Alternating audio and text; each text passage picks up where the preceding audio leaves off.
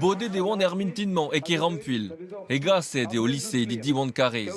Abaoe ermiz emaint ur c'hortoz respond eus a rektordi a deus ministrerez an deskadur e stad.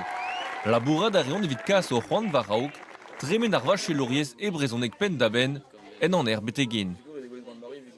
Ar miso kaset gwenom ar licher d'ar rektor hag da vinistrez an deskadur ar stad hag kaset an boeget an accusé de réception. Recevet an eus an accusé de réception, mais an miz ar lerr non eus respond de bet war. An eus ar bodadeg ben ar war zo un tam evit laket de gonz hag un draseu hag diskoueng de hep en eus dumche prech de chom azav an zeu hag veuken dalc'het get ar storm hag mar bo ar bak.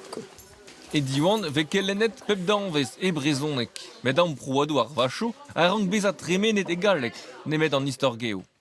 Pel diwan a zo memestra deski egentel brezonek, an nol amañ a euler memestra de la verde tremen an nol prouadou e brezonek, PVF NSES eskiantou, ar bak a zo memestra kadarnat an nol prouadou peus gret a ed de pemzek bloa ar skol. Dindam e hol dan jantenou. Ar stomze a zo ini a liseidi, met an dud deuet a zonj drevraz ar memestra. Ne vefe ket direiz ken ebet, dre ma ven labouret e brezonek ed ar bloa, e vefe klasket prizia, muzulia, ar baregese, godeus tapet betegen, ne ve gret nemet e galek. Pez o baregez brao, deja.